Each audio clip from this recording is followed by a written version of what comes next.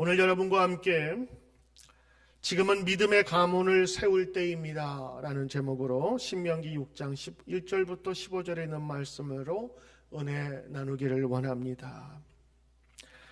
여러분, 벌써 5월입니다.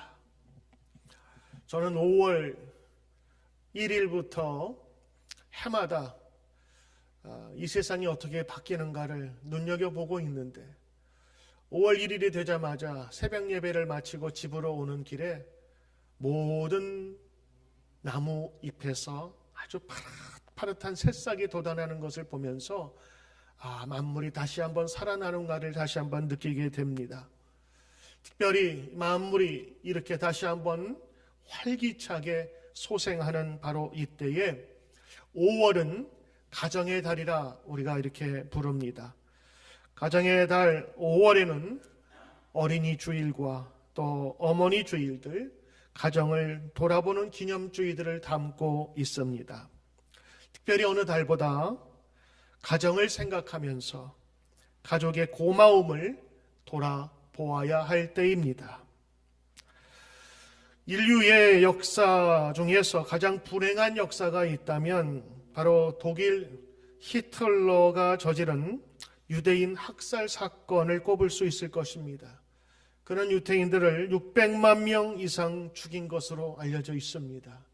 여러분, 말이 600만 명이지 600만 명을 한 줄로 세워도 그 길이가 엄청날 것입니다. 유대인들은 이러한 자신들의 불행한 역사를 잊지 않기 위해서 어느 곳에든 기념관을 세워서 유치원 어린이부터 그 참혹한 현상들과 역사를 계속해서 가르치고 있다고 합니다. 많은 역사가들이 이 히틀러가 저지른 이 만행의 원인을 연구했습니다. 특별히 그 당시에 유럽 전체에서 불어닥치던 유대인 혐오주의라든가 또 중세부터 시작되었던 돈 많은 유대인들의 아주 악랄하게 다른 사람의 돈을 착취하는 그런 모습 속에서 이미 팽배해졌던 사회적인 정치적인 영향이었다 이렇게 보기도 하지만 어떤 분들은 이 히틀러의 가정에서 이 원인을 찾고자 하는 분도 계셨어요. 히틀러의 가정은 이러했답니다. 히틀러의 아버지 직업이 상인이어서 그가 여기저기 장사하면서 오랫동안 집을 비울 때가 있었다고 합니다. 물건을 다 팔 때까지 집에 들어오지 못했습니다. 일주일도 좋고 한 달도 좋고 자주 집을 비웠지요. 집을 지키고 있는 히틀러의 어머니는 외로움을 달래지 못해서 그만 부정한 생활을 하게 됩니다.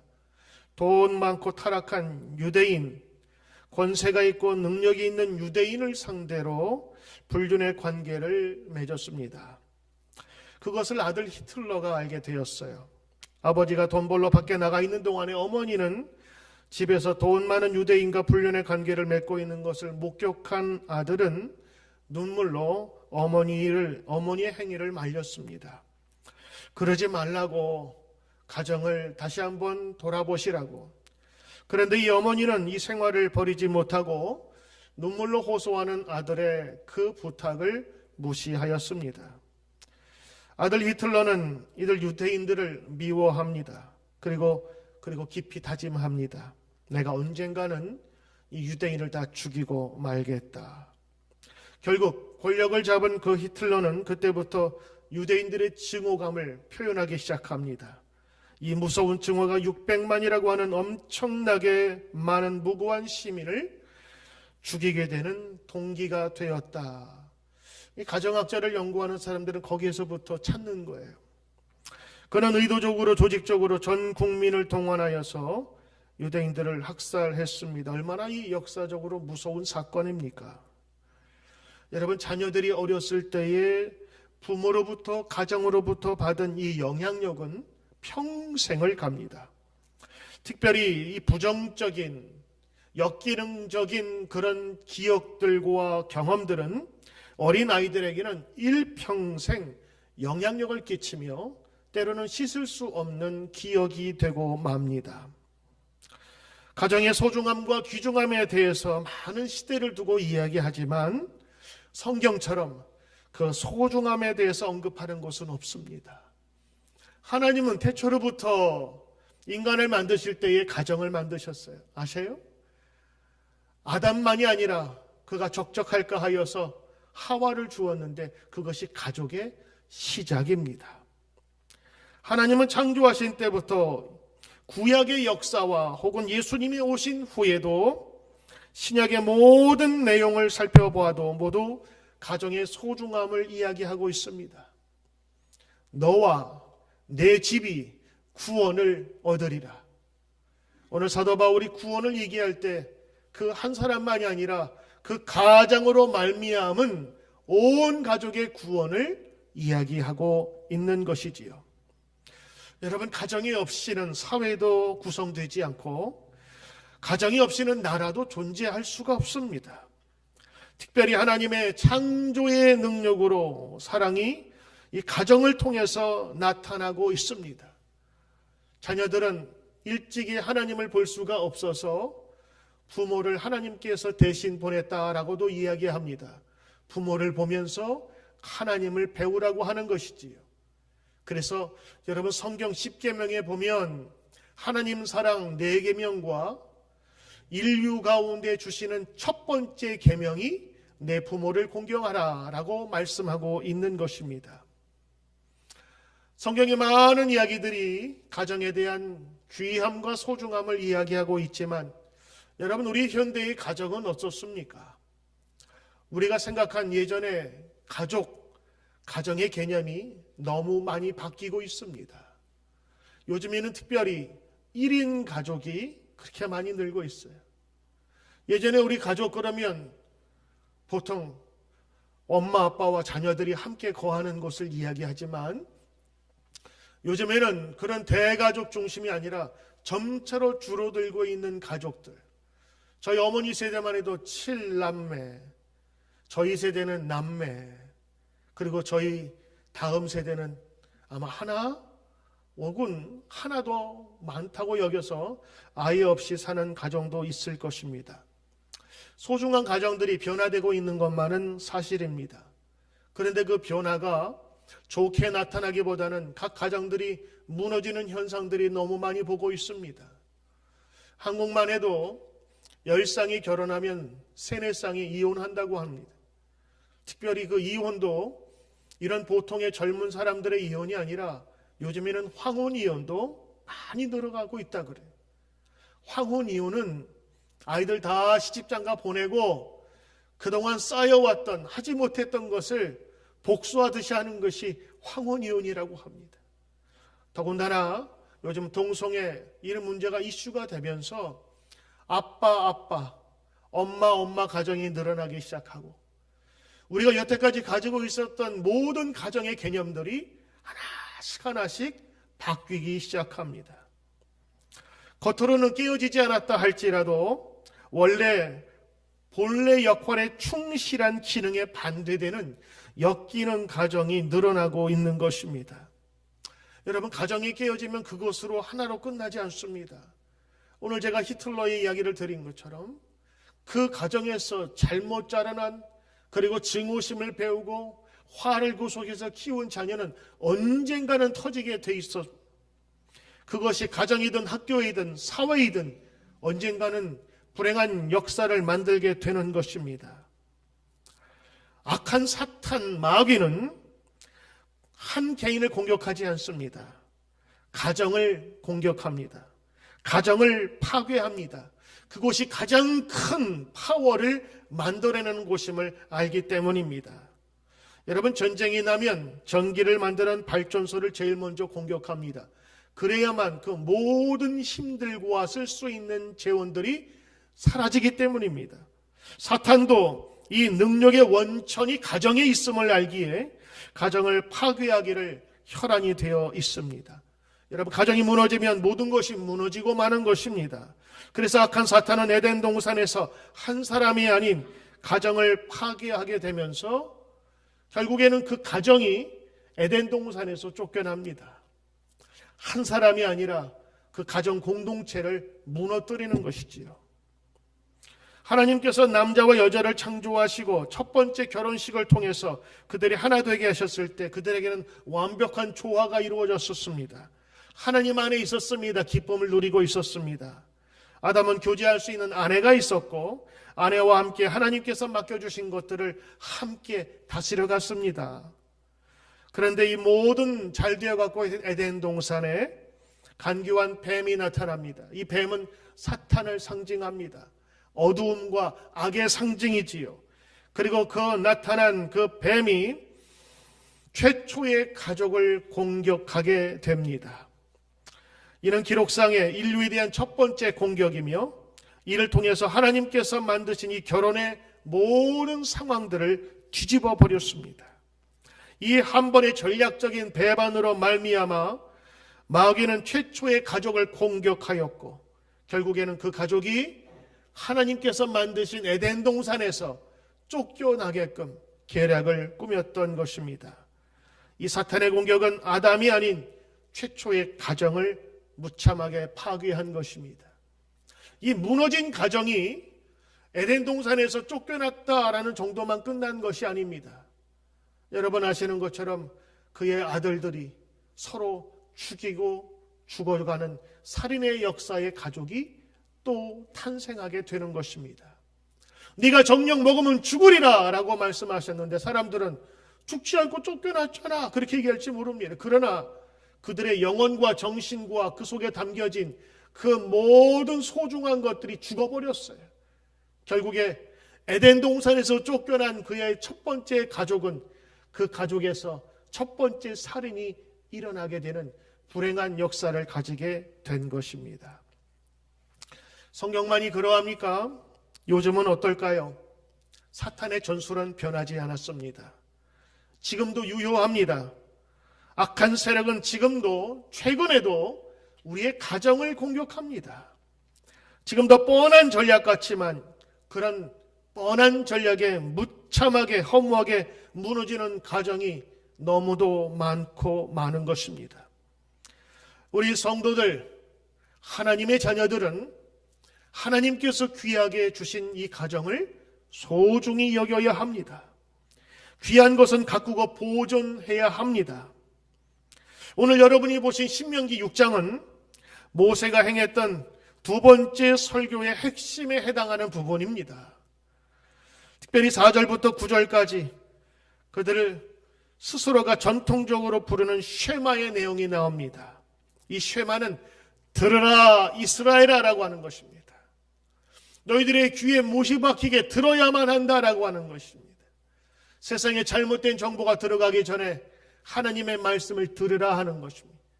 이 들으라고 하는 것은 그 당시에 이미 주류가 되었던 광야에서 태어난 그 백성들만이 아니라 앞으로 태어날 자녀들에게 이것을 계속해서 전수하고 보존하라고 하는 특별한 메시지가 담겨 있습니다. 그래서 이 신명기 6장은 그 어느 장보다 중요한 장입니다. 이 쉐마의 주제는 모세가 신명기 전체를 통해서 외친 설교의 주제이기도 합니다. 그 주제는 아주 명료하고 간단합니다. 하나님 사랑하라. 하나님 기억하라. 하나님 잊지 말라라고 하는 것입니다. 오늘 이것은 모세의 마지막 유언이기도 해요. 120살이 된 모세는 이제 하나님의 부르심을 받아서 이스라엘 백성을 떠날 것을 이미 알고 있었습니다.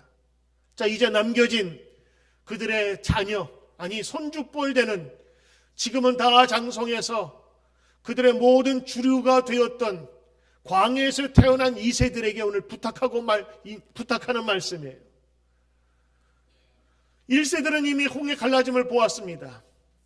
이집트에서 10가지 재앙을 눈으로 그리고 귀로 듣고 체험했습니다. 마지막 장자가 죽어가는 그런 비극 속에서 그들은 장자들이 살아나는 기쁨을 가지고 그 에집트에서 탈출하게 되지요. 그런데 2세들은 다릅니다. 귀로만 들었어요. 그들이 직접 체험한 것이 아니었습니다. 그러다 보니 1세와 다르게 이 세들의 믿음은 1세와는 다르게 머리로만 들었던 기억으로 남은 겁니다. 오늘 모세는 머리로만 기억으로 남은 그 백성들에게 간곡하게 부탁한 바로 그것이 신명기요. 오늘 신명기 6장에 나온 말씀입니다. 오늘 모세의 설교는 경제원리, 군사원리, 정치논리를 이야기한 것이 아닙니다. 그 모든 중심에 있는 바로 그 원리를 이야기하는 것이지요. 바로 하나님 사랑하라. 하나님이 너희에게 주신 축복을 잊지 말지어다 라고 하는 것입니다. 저는 오늘 이 본문을 통해서 왜 우리가 여호와를 사랑해야 되는지, 어떻게 사랑해야 하는지, 그리고 새로운 하나님의 축복 가운데서 우리가 주의하고 삼가야 될 것은 무엇인지를 오늘 말씀을 통해서 살펴보고자 합니다. 우리가 하나님을 사랑해야 될 이유가 있습니다. 바로 그것은 오늘 4절에 정확하게 나와 있는데, 이스라엘아 들으라. 우리 하나님 여호와는 오직 유일한 여호와시니. 그 유일하다고 하는 것은 그분이 세상을 창조하시고 이 세상을 이끌어 가신다고 하는 고백인 것입니다. 세상의 모든 만물의 존재의 근원이며 우리의 구원의 근본이시고 만복의 근원이신 줄 우리 다 함께 믿기를 주의 이름으로 축원합니다. 두 번째, 하나님을 사랑하는 방법에 대해서 이야기를 합니다. 어떻게 그러면 우리가 하나님을 사랑할 수 있을까요?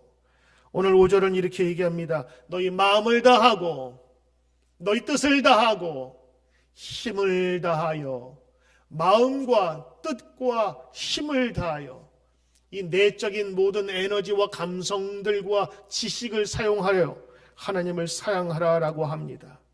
지와 정의, 이 총동을 해서 사랑하라고 하는 것이지요.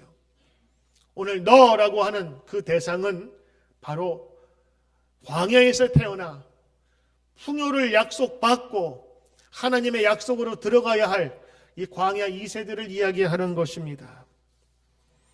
오늘 말씀은 바로 1세대가 아닌 그 다음 세대, 자녀손들, 모세의 입장에서 보면 손주의 손주가 이미 주리가 되었던 그들에게 부탁하는 말씀인 것입니다.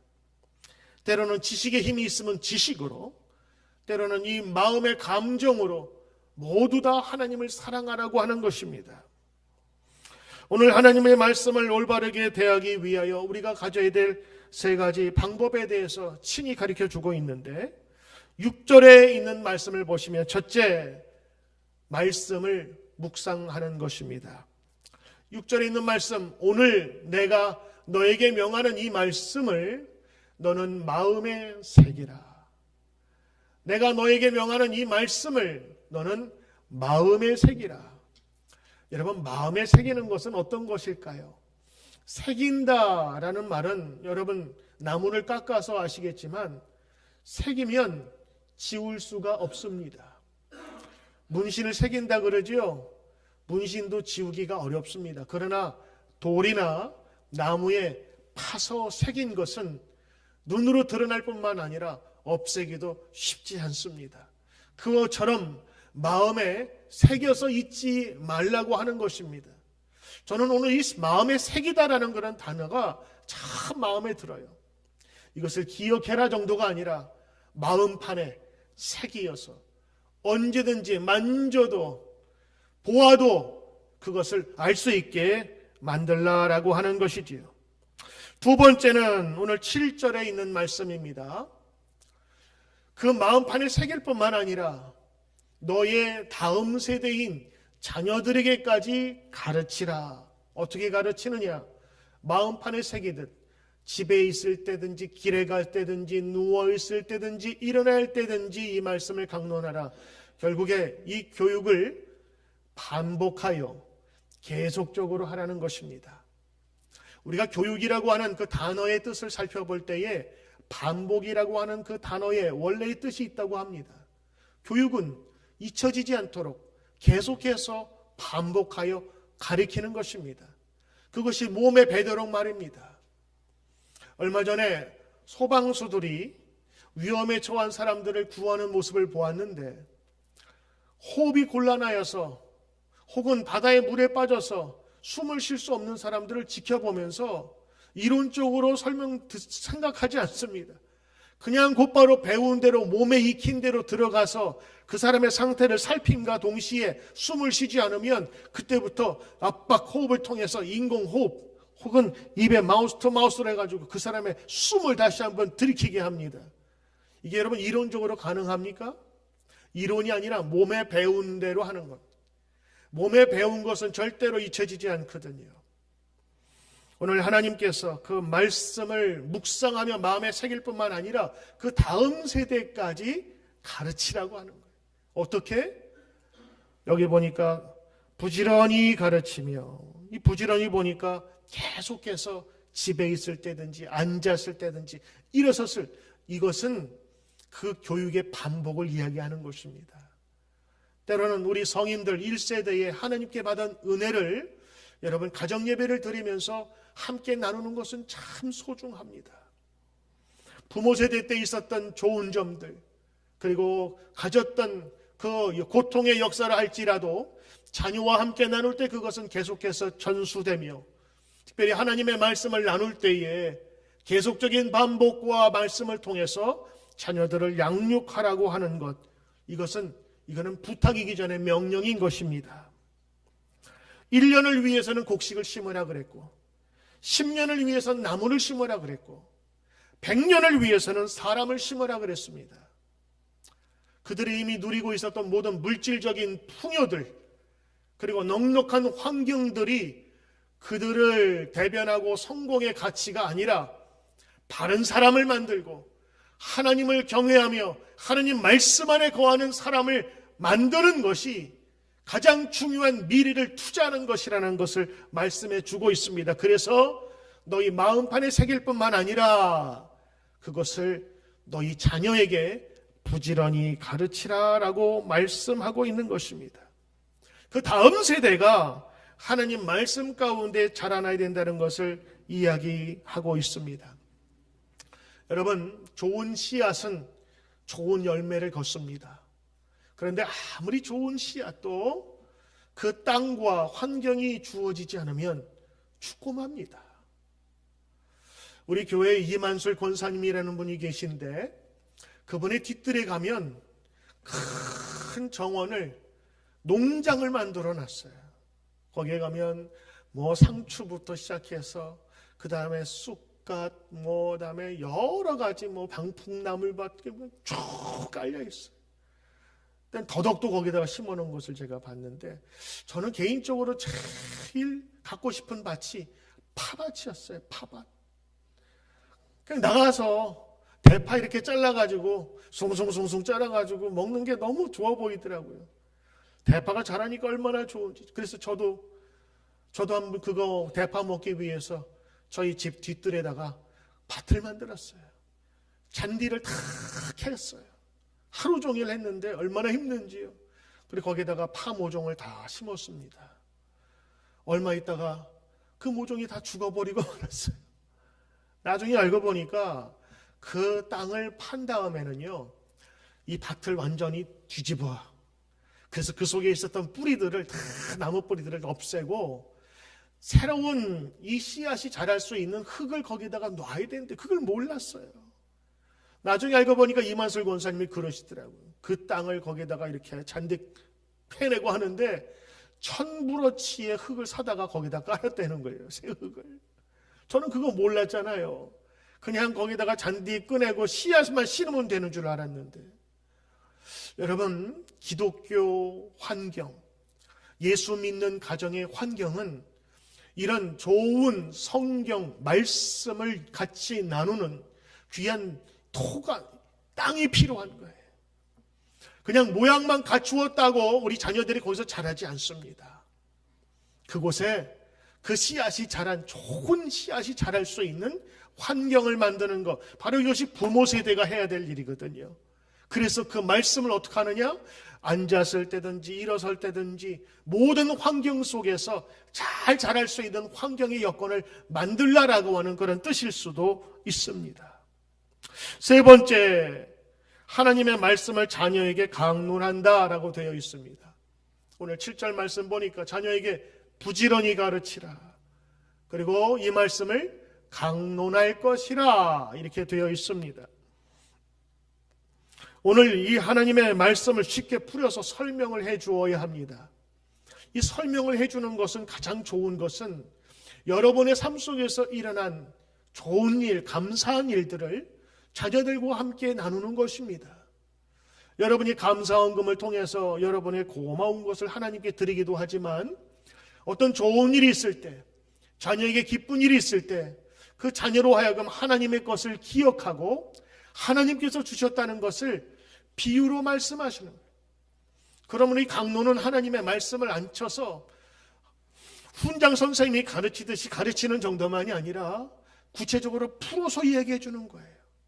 하나님께서 어떻게 구체적으로 우리 가정에 역사를 해 주었는지, 감사한 사건에 대한 이 성경의 의미 부여를 자녀들과 함께 나누는 것입니다. 여러분, 점차로 악해져가는 이 시대에 신앙의 좋은 DNA를 우리 부모 세대가 물려주어야 합니다. 너와 내 아들과 내 손자들이, 여러분 성경 오늘 2절에 있는 말씀을 보시면 너와 너의 아들과 너의 손자들이 평생에 이 명령을 지키기 위한 것이라. 결국에 하나님의 이 축복은 당대로만 끝나는 것이 아니라 그 다음 세대까지 이어지길 바라는 하나님의 마음이 있는 것입니다. 신약의 성경의 전통을 가장 잘 물려받은 한 사람이 있습니다. 그 사람은 바로 디모데입니다. 사도 바울이 칭찬한 것처럼 디모데의 영성과 거짓 없는 믿음은 바로 외할머니에서부터 그리고 어머니로부터 전수받은 것이라고 고백하고 있습니다. 아브라함의 가정도 그러했고 노아의 가정도 그러했고 모세의 가정도 모두가 다 가정이 신앙의 혈통이 유전적으로 흐르고 있고 그들이 그 부모로부터 믿음의 유산을 받았던 것입니다. 모세는 특별히 오늘 부탁하는 말씀을 우리 하반절에 해주고 있는데 바로 두 가지 여러분 다시 한번 우리 명심하면서 살펴보길 원합니다. 첫째는 하나님을 잊지 말라고 하는 것입니다. 어떤 때에? 풍요할 때에, 어떤 때에? 넉넉할 때에. 사람이 없을 때는 죄 짓지 않습니다. 그러나 넉넉하면 죄 짓기 쉽습니다. 이스라엘 백성들은 필연코 가나안 땅에 들어가게 될 것입니다. 왜냐하면 그들이 잘했건 잘못했건 간에 이건 하나님이 그 선조들에게 주신 약속이었기 때문에 그런 거예요. 그 아버지 세대, 할아버지 세대에 하나님의 약속의 말씀을 믿고 왔기에 그 자녀손들이 축복받는 거예요. 하나님은 이스라엘 축복하기를 원하셨고 가나안 땅을 약속해 주셨어요. 근데 모세가 보기에는 하나님의 약속의 땅에 들어갈 그들이 아직 충분하게 여물지 않은 것이었어요. 오늘 이렇게 얘기합니다. 가나안 땅에 들어가서 집도 얻게 될 것이요, 땅도 얻게 될 것이요, 우물도 얻게 될 것이요, 넓은 포도원도 얻게 될 것이요, 풍성한 감람나무와 열매도 많이 얻게 될 것이요. 그러나 그들이 직접 건축하지 않았고 집도 노력하여 짓지 않았고 우물도 자신들이 땀 흘려 판 것이 아님에도 불구하고 하나님이 그들에게 준 것, 그 풍요거든요. 선조의 때부터 주어주신 하나님의 축복이거든요. 그 축복 속에 거할 때에 사람이라면 반드시 변하게 돼 있다라고 하는 것입니다. 이 많은 물질적인 복을 받은 하나님의 축복이지만 명심해야 될 것은 그들이 등 따숩고 배부를 때에 사람들은 너무로 하나님을 쉽게 떠난다는 것을 하나님은 알고 계셨어요.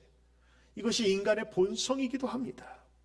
오늘 모세는 이 사실을 교훈합니다. 11절 12절에 있는 말씀 함께 읽어볼까요? 내가 채우지 아니한 아름다운 물건이 가득한 집, 내가 파지 아니하는 우물, 심지 아니한 포도원, 감람나무를 차지하게 하고 내가 배부르게 될 때에 오늘 12절 부탁합니다. 너는 조심하라. 조심하라. 영어 성경에는 watch yourself라고 그랬어요. watch가 뭐예요? 보는 건데, 나를 보는 건 내 속에 있는 모습을 보라고. 너의 애굽 땅 종되었던 집에서 인도하신 하나님을 잊지 말라라고 하는 거예요. 잊지 말라라고 하는 거예요. 무슨 말씀입니까? 물질적인 풍요로움으로 말미암아 은혜를 잊어버리게 되면 하나님이 너희를 이끄는 것이 아니라 물질이 너희를 이끌고 될 거다. 우리의 마음의 중심에 하나님을 모시고 살아가야 되는데 물질이 우상이 됨으로 말미암아 이젠 모든 것이 바뀌게 된다고 하는 것입니다. 물질이 중심이 되면 사람을 보는 눈이 달라집니다. 함께 일하는 동료가 내가 월급 주어야 되는 귀찮은 존재로, 혹은 함께 살아가야 될 존재들이 부담으로 혹은 나에게 해를 가하는 사람으로 여겨지는 것입니다. 오늘 모세는 너무도 인간의 그 나약함을 알기에 오늘 다시 한번 부탁합니다. 너희들 선조로 인해서 얻게 되는 물질적인 혹은 여러 가지 축복의 모든 선물들 속에서 하나님을 잊지 말라. 하나님을 잊으면 너희들은 이곳에서 하나님께서 주신 이 약속의 땅을 오래 장구히 차지하지 못하리라 말씀하십니다. 13절 보면 특별히 오늘 우리에게 주시는 명령만이 아니라 그 마음속에 새기길 바라면서 이 단어를 써요. 맹세하라. 네 하나님 여호와를 경외하며 그를 섬기며 그의 이름으로 맹세할 것이라 라고 얘기합니다. 맹세가 뭐예요? 약속 정도가 아닙니다. 이거는 강요된 약속입니다. 그러나 이것을 통해서만이 너희가 살 수 있다고 이야기를 하는 것이지요. 두 번째는 우상 숭배하지 말라라고 하는 것입니다. 사람들은 눈에 보이지 않는 대신에 눈에 보이는 것을 쫓고 섬기길 원합니다. 하나님이 없으면 반드시 그 하나님 없는 자리에 우상을 섬기게 되어 있습니다. 오늘 말씀하십니다. 14절에 다른 신들 곧 내 사면에 있는 백성의 신들을 쫓지 말라. 내 사면에 있는 백성들, 그들은 하나님 대신에 다른 신들을 섬겼습니다. 바알도 있었고 아세라상도 있었고 수많은 우상들을 섬겼습니다. 그런데 그 우상들은 굉장히 비윤리적인 그런 모습을 갖고 있어요. 퇴폐적인 모습을 갖고 있어요. 정상적인 사람의 것을 가지지 못하도록 만든 사회 구조를 만들게 되어 있었어요. 그래서 음란하고 퇴폐한 문화뿐만 아니라 어떤 신들은 자기 자식을 불에 태워야만 가문이 산다 그래서 자식을 죽여서 바치는 그런 종교도 있었습니다. 하나님은 그런 이방신들, 거짓 신들을 따르지 말라고 부탁하는 것이지요. 그 우상들은 하나님이 미워하시는 악한 영들이요, 하나님의 질투를 유발하는 존재인 것입니다. 이 하나님의 질투라는 표현이 15절에 나오는데 이 질투는 하나님의 사랑에 대한 또 다른 표현인 것입니다. 하나님만이 그 백성을 함께 소유하고 싶은데 그들이 그 사랑 안에서 벗어나게 될 때에 하나님께서 질투하신다. 이 하나님이 질투한다는 표현이 맞는지 모르겠습니다만 우리 사람들이 생각할 때에 사람들이 이해할 수 있는 한도에서 쓸 수 있는 사랑의 다른 표현이 질투거든요. 저는 하나님이 질투한다고 생각하지 않아요. 왜 질투해요? 다시 만들면 되지.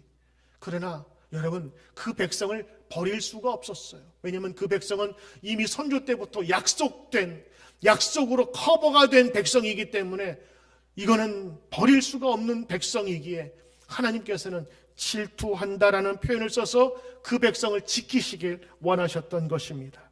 15절 말씀하십니다. 너희 중에 계신 너희의 하나님 여호와는 질투하시는 하나님이신즉 너희의 하나님 여호와께서 진노하사 너를 지면에서 멸절시킬까 두려워하기에 너희들은 하나님을 잊지 말고 우상 숭배하지 말라. 여러분, 우상 숭배하면 하나님 스스로 떠나며 스스로 멸망의 길을 자초하는 것입니다.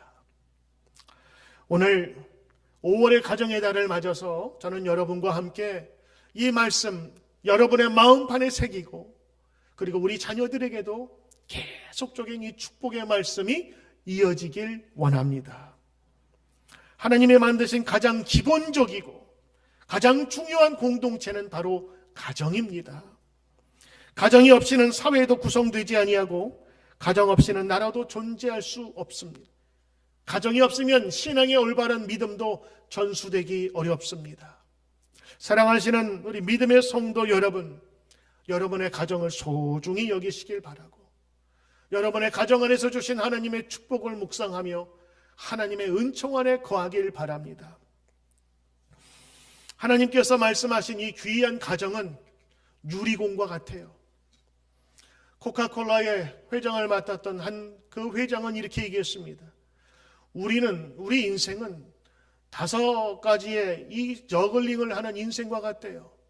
거기는 일이라고 하는 구슬이 있고, 가정이라고 하는 구슬이 있고, 건강이라는 구슬이 있고, 명예라고 하는 구슬이 있는데, 그 모든 저글링 중에서 일은 고무공과 같대요.